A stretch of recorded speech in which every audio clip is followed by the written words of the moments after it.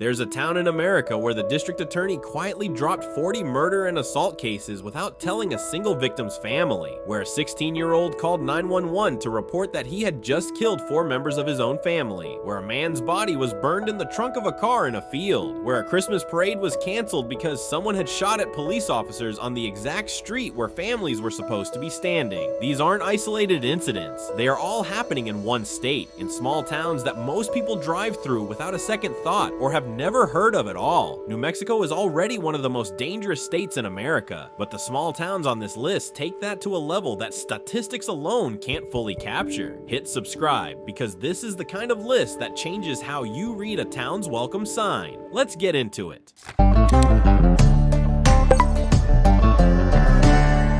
Before we get into the towns themselves, we need to talk about the state they're sitting in, because New Mexico doesn't just have a crime problem, it has a crime identity. Back in 2016, New Mexico ranked #1 in the entire country for property crime, and came in second for violent crime, right behind Alaska. Think about that for a second. Out of 50 states, this one was nearly at the top of both lists simultaneously. Law enforcement agencies across the state reported over 80,000 property crimes and nearly 15,000 violent crimes in that single year alone, which works out to a violent crime rate almost double the national average. And while Albuquerque gets most of the headlines, the problem runs much deeper than one city, bleeding into small towns and rural communities where resources are thin and help can be a very long drive away. Then there's the drug crisis, which has been quietly devastating this state since the 90s. New Mexico has led the entire western United States in drug overdose deaths for decades, with opioids driving the majority of those losses. By 2003, the state had the highest overdose rate in the whole country, more than twice the national average, and 4 of its counties ranked among the worst 25 in the United States. So, when we talk about dangerous towns in New Mexico, we're not talking about isolated incidents or bad luck. We're talking about a pattern that runs through the entire state like a fault line. Now, before we get into the towns that will genuinely make your jaw drop, we need to start somewhere that feels almost reasonable. Almost. Because Silver City is the kind of place that tricks you, and it does it really, really well. Picture this. You roll into a mountain town sitting at nearly 6,000 feet above sea level, surrounded by the Gila National Forest, with a historic downtown full of art galleries, quirky little coffee shops, and adobe buildings that look like they belong on a postcard. Tourists come here for the hiking, the mild climate, and the creative small town energy. For a minute you think, okay, this place seems perfectly fine, charming even. The roots of this town go all the way back to 1870, when silver was discovered on a local farm, and people flooded in almost overnight. It grew fast and rough, the way all boom towns do, with saloons, outlaws, and enough chaos that the sheriff had his hands full from day one. In fact, a young kid named Billy the Kid, who was an outlaw and gunfighter of the Old West, had his very first arrest right here in Silver City, caught stealing. Even Butch Cassidy and his Wild Bunch were known to pass through. So the town's complicated relationship with crime is not new. That goes back to the very beginning. Fast forward to today, and Silver City has reinvented itself as this artsy, bohemian mountain escape, and that reputation isn't entirely wrong. But underneath the murals and the hiking trails, aggravated assaults are still climbing. Domestic violence remains a serious issue, and drug activity tied to meth and fentanyl quietly threads through the community in ways that don't make the tourism brochures. But here's the part that surprises most people though. 2024, Silver City actually saw crime drop across several categories, with robberies down, burglaries down, which tells you the community is fighting back. And compared to where we're headed on this list, Silver City almost feels like a vacation. Almost. Because if this is the least alarming town we're covering today, you have to ask yourself,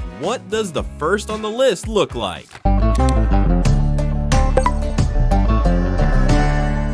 On a single Monday in October 2025, 2 completely unrelated shootings happened in Sunland Park within about 13 hours of each other. The first one happened at 3 in the morning. A woman was shot multiple times and was so badly injured that she was rushed across the border into El Paso for emergency care. The second one happened at 4 in the afternoon in broad daylight, and that one ended with a man dead on the street despite police and firefighters working to save him. So just imagine 2 shootings in one day at 2 different locations locations with zero connection between them. And yet, by New Mexico standards, this place is considered one of the safer cities in the state. Sunland Park sits in one of the most geographically fascinating positions of any city in America. It's tucked into the corner where New Mexico, Texas, and the Mexican state of Chihuahua all meet, pressed right up against El Paso on one side and Ciudad Juarez on the other. The Rio Grande runs along its edge. Mount Cristo Rey rises above it, and the city itself consists of a young, fast-growing, heavily Hispanic community that functions almost like a suburb of El Paso, with families, decent median incomes, and a suburban feel that genuinely surprises people who expect something rougher given the location. And the numbers actually back that up to a point. Sunland Park's violent crime rate sits near or slightly below the national average, which in the context of New Mexico, a state where violent crime runs nearly double the national rate, makes it something of an outlier. It has ranked as high as 4th safest city in the entire state in recent analyses, 0 homicides in multiple recent reporting years.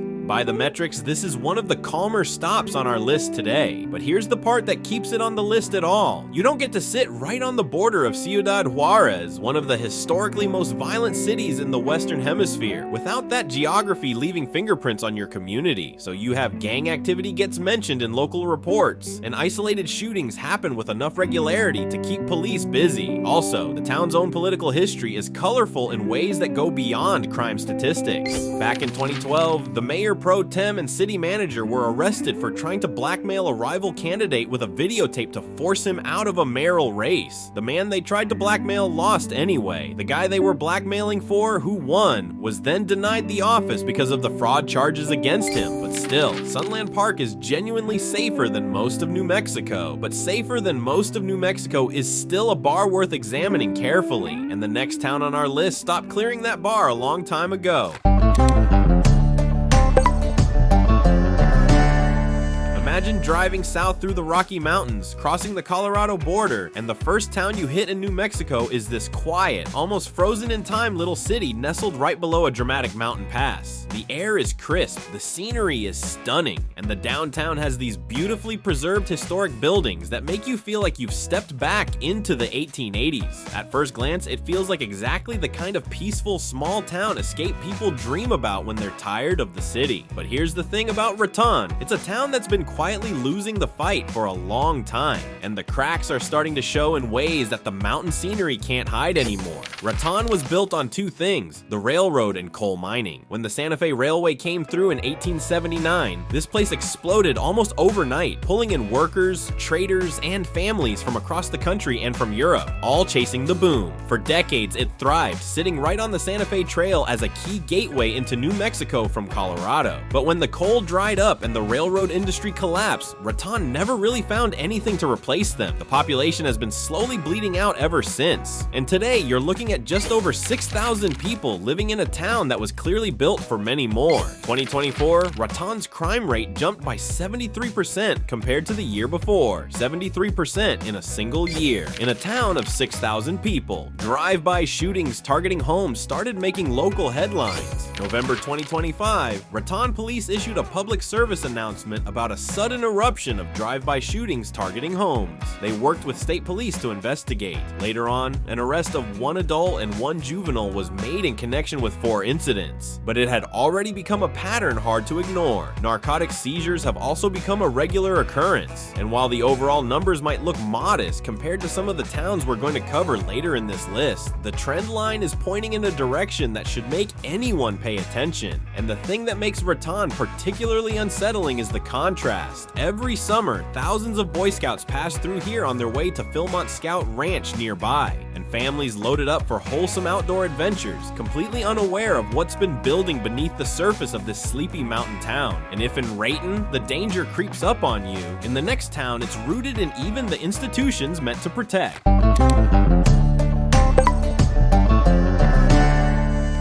If you've ever driven across the country on I-10, there's a good chance you pass right through Lordsburg without even blinking. Maybe you stopped for gas, maybe you grabbed a coffee and then you kept moving, because that's what most people do, as Lordsburg is the kind of place that exists on the edge of your awareness, a tiny desert outpost sitting in the southern boot heel of New Mexico, right where the state presses up against Arizona and feels like it's slowly being swallowed by the Chihuahuan Desert. At first glance, it seems like nothing more than a quiet little pit stop on a long stretch of highway, but Lordsburg has a story, and it's a lot more complicated than it looks from the interstate. 1880, the town was dropped into existence almost overnight when the Southern Pacific Railroad needed a stop in the desert. It grew just enough to survive, built around rail work and the slow trickle of travelers passing through. Billy the Kid allegedly washed dishes in the local hotels here during his teenage years, which tells you everything you need to know about what kind of town this was. Even back then, a place people passed through, worked in briefly, and moved on from, as he himself moved on to become one of the most infamous criminals in the Old West, linked to 9 murders. And honestly, not much has changed for this little town. The population today sits at just over 2,000 people, down significantly from where it was a generation ago. Now here's where things get genuinely unsettling. In 2021, the FBI showed up at the Lordsburg Police Department and executed a search warrant. The warrant was sealed, the details were vague, and just like that, the town's own police department was essentially shut down, with the county sheriff and state police stepping in to cover their duties. For a town this small and this remote, losing your police force, even temporarily, is not a minor inconvenience. It's a crisis. And then just last year, 10 people were arrested in connection with a drug and contraband smuggling ring operating right inside the Hidalgo County Detention Center. Inmates, outside accomplices, and a kitchen worker were allegedly running a network that was funneling drugs into the facility. The district attorney called it out directly, saying rural communities deserve better than this. That's the thing about Lordsburg that sticks with you. It's not the most dangerous town on this list by any measure, but it's a place where the institutions meant to keep people safe have themselves become part of the problem. And in a town this small, that kind of rot goes a long way. So yeah, this is a town of just over 2,000 people, with a corrupted police force and a prison drug ring already on the books.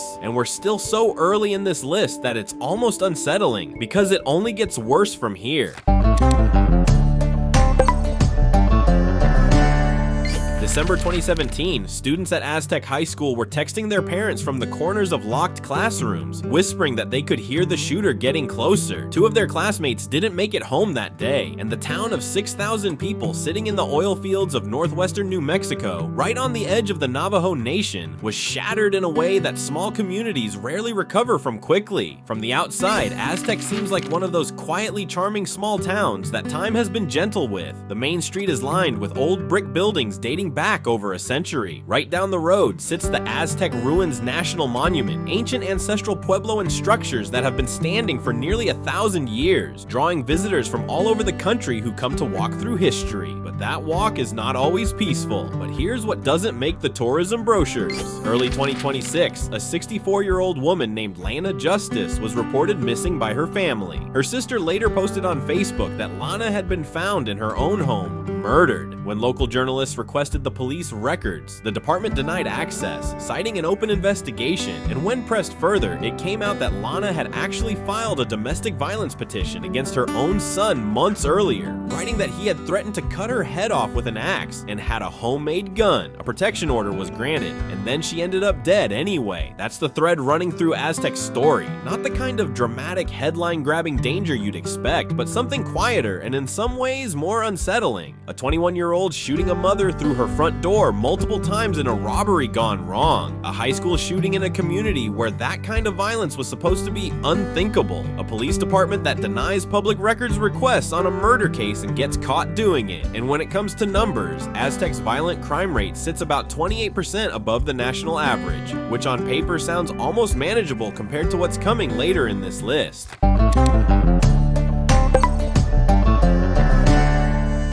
December 2025, the city of Grutzi, NTS canceled its annual Christmas light parade. Not because of the weather, not because of budget problems, but because someone had shot at a law enforcement officer on the exact street where families were supposed to be standing and watching floats roll by. And that wasn't even the first time it happened that year. It was the third. 3 separate incidents in 2025, where someone opened fire on police officers in this small Route 66 town of less than 9,000 people. The police chief made the call, and one resident summed it up perfectly when she told a reporter she'd be staying home because there are too many people in the world who want to see bad things happen. That's Grants, New Mexico, a town that sits about 78 miles west of Albuquerque, right along historic Route 66 in Cibola County, surrounded by ancient lava fields, volcanic monuments, and the kind of wide-open New Mexico sky that makes people stop and take pictures. It started as a railroad camp in the 1880s, grew through logging, then farming, then had its biggest moment in the 1950s when a Navajo shepherd named Patty Martinez stumbled across uranium ore near Haystack Mesa and triggered a full-blown mining boom that put Grants on the map nationally. For a while, this place was genuinely thriving, but here's the part of Grants' story that most people outside New Mexico don't know. In February 1980, the New Mexico State Penitentiary, located just outside town, became the site of one of the bloodiest prison riots in American history. 33 inmates were killed, over 200 were injured, and the violence that unfolded over 36 hours was so extreme that it shocked the entire country. The uranium boom was already fading by then, and after that riot, Grants never quite shook the shadow that came with being the town next to that, and the shadow is still there, just wearing different clothes today. The violent crime rate sits 18% above the national average, and it shows.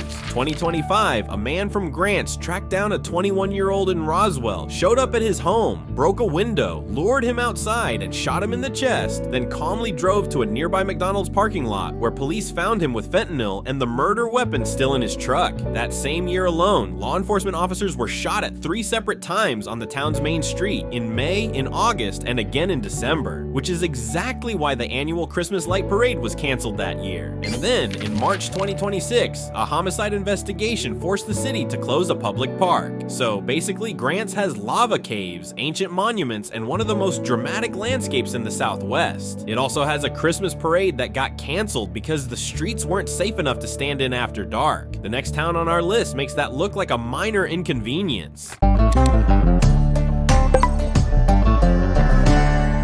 June 2025, 2 people walked up to a public bus, stopped at a post office in Taos County, and fired handguns through the window. A 40-year-old man named Leroy Rodriguez was killed. The driver and 2 other passengers survived, and the transit company's response was to reassure riders that the shooter was outside the vehicle, not inside, as if that distinction was supposed to make anyone feel better about taking the bus in Taos County. Because on the travel posters, Taos is one of the most beautiful small towns in America, nestled between the Rio Grande Gorge and the Sangre de Cristo Mountains in northern New Mexico. It's been drawing artists, writers, and free spirits for well over a century. Georgia O'Keeffe painted here. D.H. Lawrence lived here. Dennis Hopper called it home. The Taos Pueblo, sitting just north of town, has been continuously inhabited for nearly 1,000 years and is a UNESCO World Heritage Site. And then you look at the numbers, and that artistic and historic feeling gets complicated very quickly. Taos has a violent crime rate that runs more than 160% above the national average, driven almost entirely by aggravated assault. Between 2023 and 2025, the county recorded over 100 assault incidents, with 34 involving firearms and 10 involving knives. December 2025, a 22-year-old man fired at a car carrying 3 teenage girls, and when police searched his home, they found narcotics, firearms, and cash. The county sheriff is dealing with a fentanyl surge so severe that overdose deaths jumped 340% in the first half of 2025 compared to the year before, and the Rio Grande Gorge Bridge, one of the most photographed spots in the entire state, saw 7 suicides in 2025 alone, enough that the state allocated $8 million to modify the structure.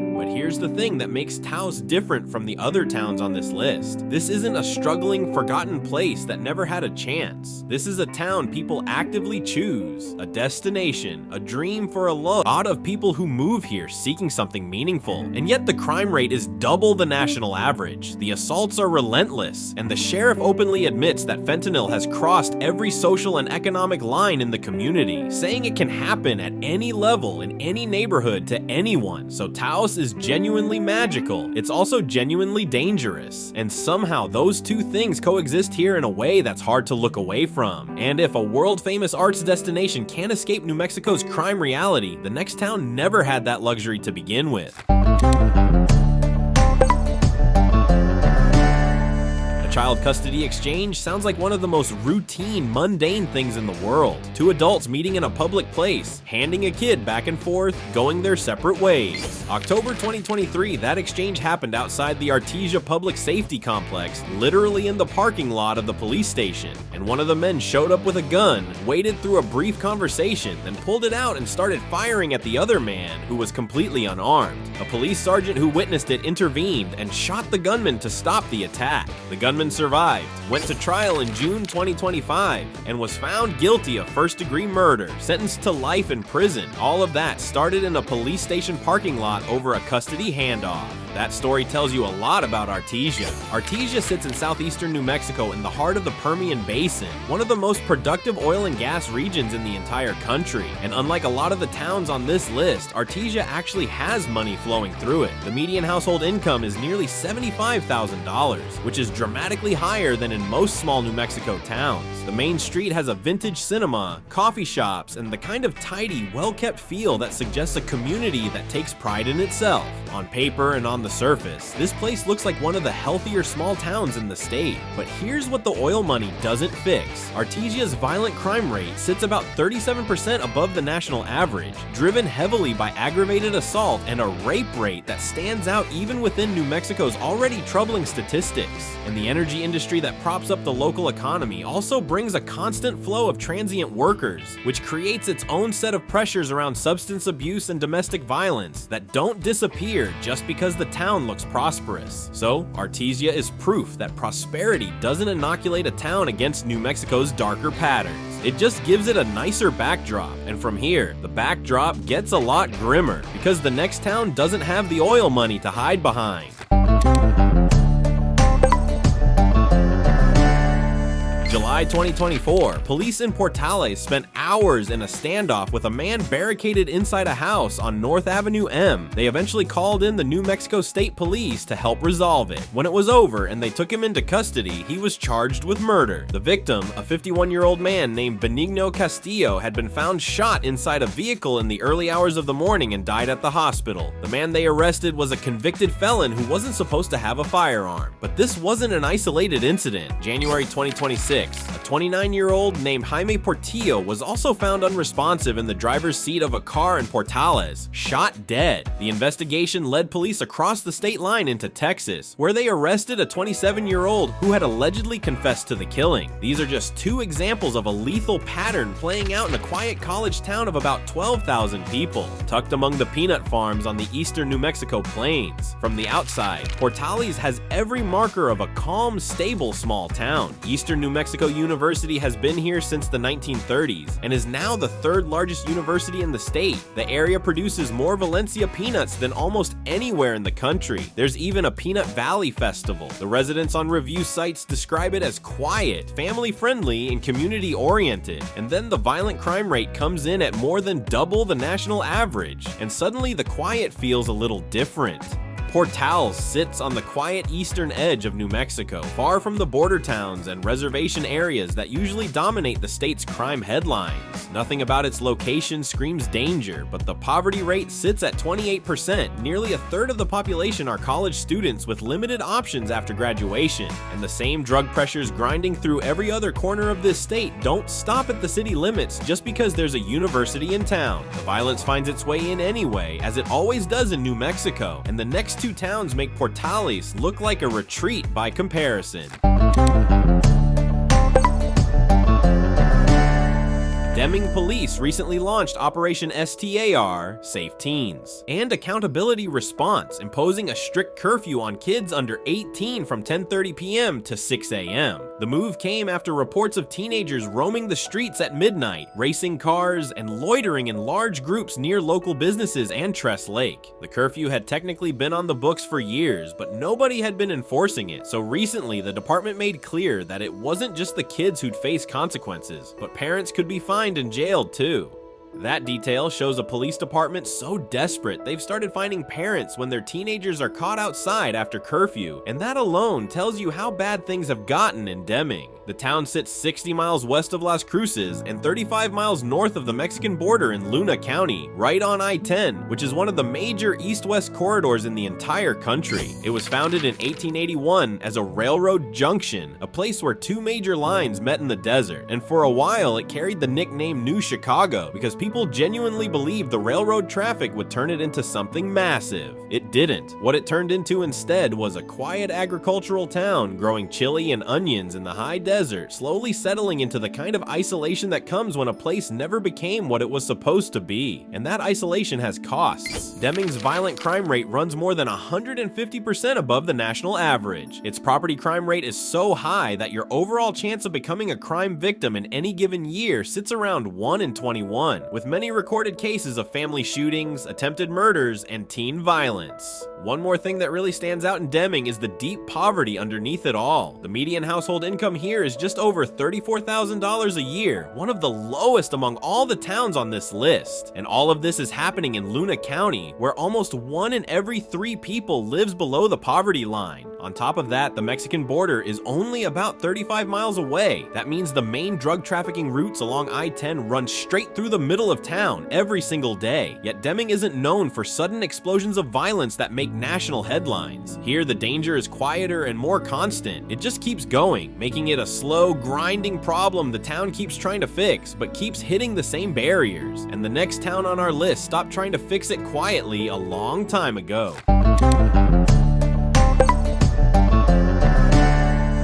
September 2025, deputies in Los Lunas served a search warrant on a trailer home and found nearly 400 grams of fentanyl, methamphetamine, 2 guns, and over $2,000 in cash. The person running the operation was a 37-year-old mother. Her 7-year-old son was inside the house during the raid. A child welfare worker had to come take the boy into custody while his mother was arrested for drug trafficking. The lieutenant who spoke about the case afterward was blunt, saying that drugs are fueling both property crime and violent crime throughout the entire county, and this was a proof. And this happened in Los Lunas, a place many people still see as one of New Mexico's success stories. Just 15 miles south of Albuquerque on Interstate 25, Los Lunas is considered the fastest growing city in New Mexico as of 2024, a suburban community pulling in young professionals and families looking for more space and lower costs while staying connected to the Albuquerque metro. And the crime is growing right alongside the population. Property crime in Los Lunas is more than double the national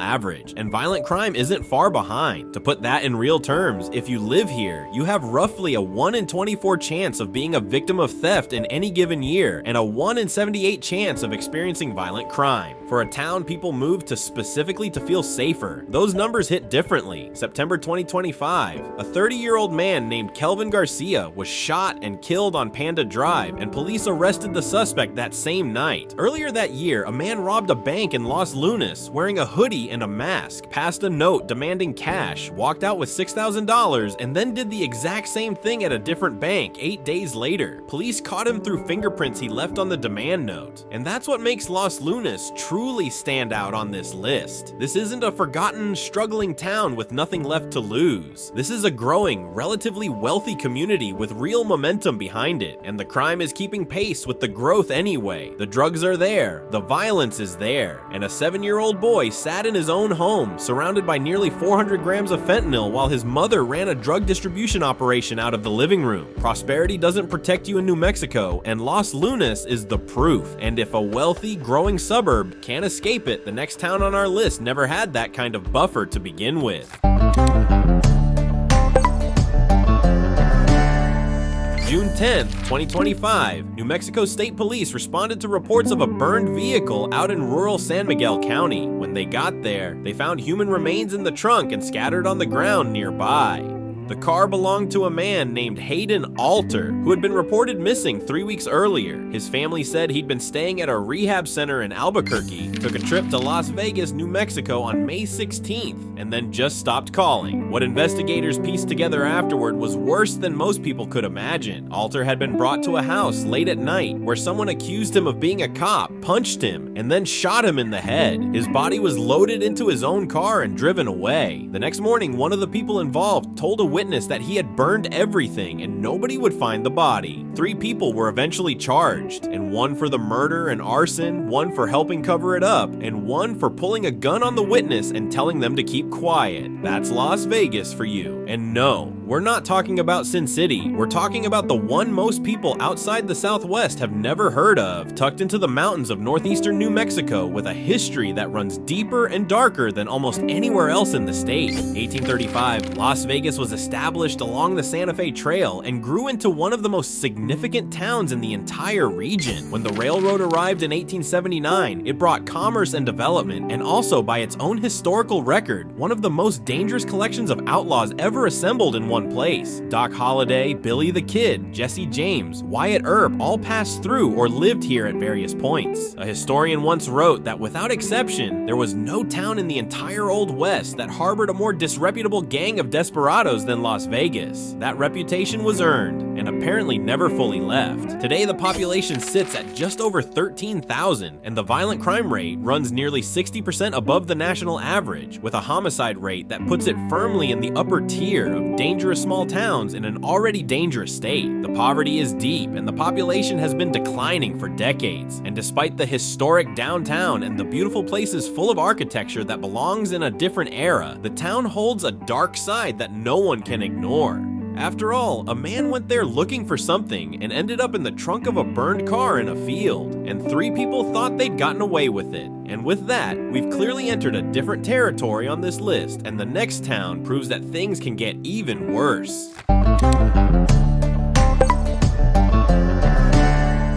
December 2024, at the early hours of a Saturday morning, a 16-year-old boy called 911 and told the dispatcher he had killed his family. When deputies arrived at the residence, he walked out the front door with his hands in the air, extremely intoxicated. Inside, they found his father, his mother, and his 2 brothers, all dead from gunshot wounds. That happened in Belen, New Mexico, a town of fewer than 8,000 people sitting 35 miles south of Albuquerque on Interstate 25, quietly going about its business as one of the most dangerous small towns per capita in the entire state. Belen has been here since 1740, founded as Nuestra Señora de Belén, meaning Our Lady of Bethlehem, by Spanish colonists along the Rio Grande. It grew into a railroad hub, earned the nickname Hub City when the Santa Fe Railway ran its cutoff line through here in 1907. And for a long time, it was the kind of town that felt like the steady, working heart of central New Mexico. The world's first atomic bomb passed through Belen's main street in pieces on its way to the Trinity test site in 1945. A local man won the first ever Trans-Pacific air race in 1927. This town has real history running through it, but today, its violent crime rate sits more than 220% above the national average, which makes it one of the most statistically dangerous small towns, not just in New Mexico, but in the entire country relative to its size. Your chance of becoming a victim of violent crime here is roughly 1 in 86. For a town of 8,000 people, that number is almost hard to process. The interstate is a big part of the story. I-25 runs directly through Belen, and the same corridor that made it a railroad hub over a century ago now makes it a convenient stopover point for drug trafficking moving up and down the state. The poverty rate sits above 30%, and what makes everything worse is that the local police department serves not just the town, but the surrounding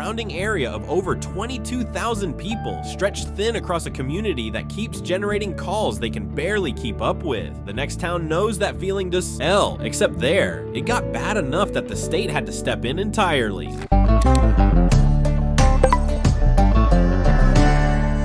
August 2025, the governor of New Mexico declared a state of emergency for Espanola, a small city of about 10,000 people. And here's what's shocking. This wasn't because of a wildfire, a flood, or a terrorist attack. It was declared because of local crime. Regular, relentless, community-destroying crime that had simply overwhelmed every resource available to fight it. $750,000 in emergency funding was authorized. The National Guard was put on standby, and the police chief of Espanola stood before state lawmakers and admitted that of his 30 officers, only about 5 of them actually lived within the city they were supposed to be protecting. Imagine that. If even the police don't want to live there, what hope do ordinary citizens have? Espanola sits in northern New Mexico in the Rio Grande Valley, about 25 miles north of Santa Fe, nestled between mountains in a landscape that is genuinely stunning. It's one of the oldest continuously settled areas in the entire country, with deep roots in both native Pueblo culture and Spanish colonial history. This makes it the kind of place that carries centuries of identity in its streets and its people. And for a long time, it was known primarily for that history and for being the hometown of lowrider culture, a deeply creative tradition that put this small city on the map. But underneath all of that, something has been breaking down for a very long time. Police calls in Española and the surrounding area more than doubled between 2023 and 2025. Dispatches to local businesses quadrupled in that same period. Rio Arriba County, where most of Española sits, has the highest overdose death rate in the entire state, which in New Mexico means it's competing for one of the worst rates in the entire country. The police chief described what's driving it as generational drug use, for it wasn't a recent crisis, but a pattern passed down through families over decades. That makes it almost impossible to fix with any quick solution. This also makes violent crime a pattern that's incredibly hard to break. May 2025, two 15-year-olds went on a shooting spree in the city, killing a woman named Monica Carter and opening fire outside a homeless shelter. They were both charged with first-degree murder, both with prior violent charges already on their records before this happened. That's the detail that stops you. Not just the violence, but how young it starts here, and how deep the roots go by the time it surfaces in a headline. Now you can see why the governor was forced to declare a state of emergency in Española, and yet things managed to get even worse in the next town.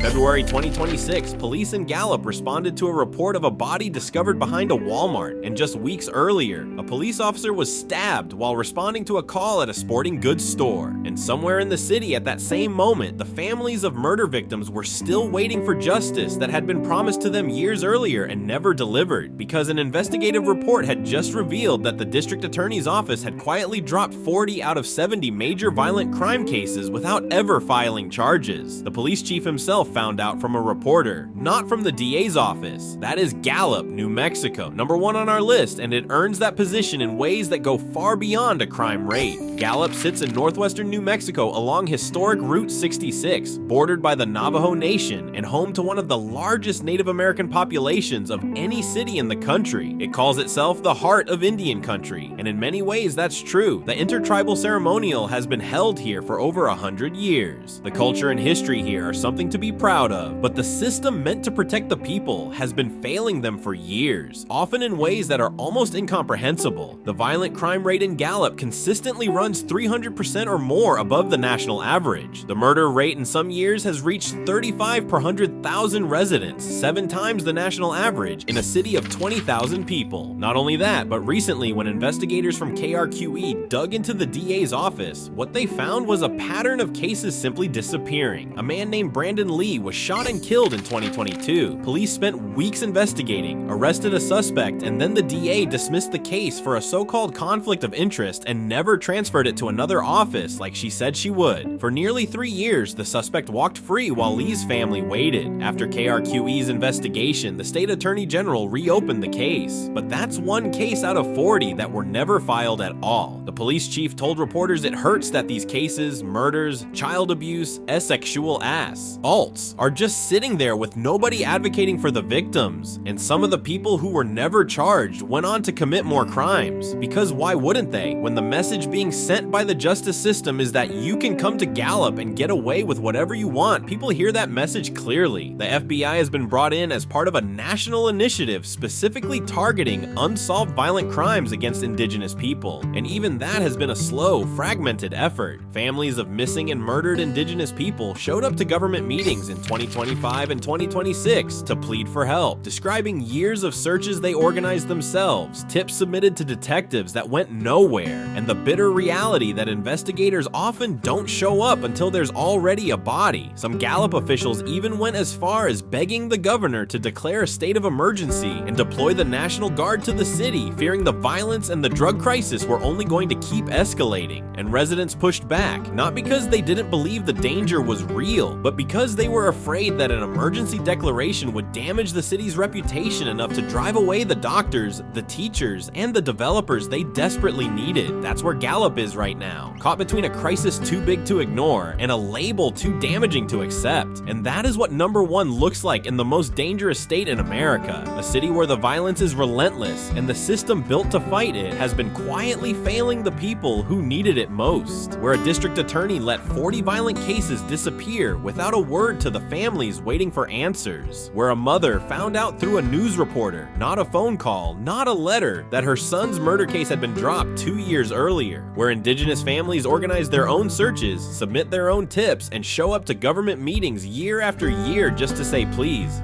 don't give up on us.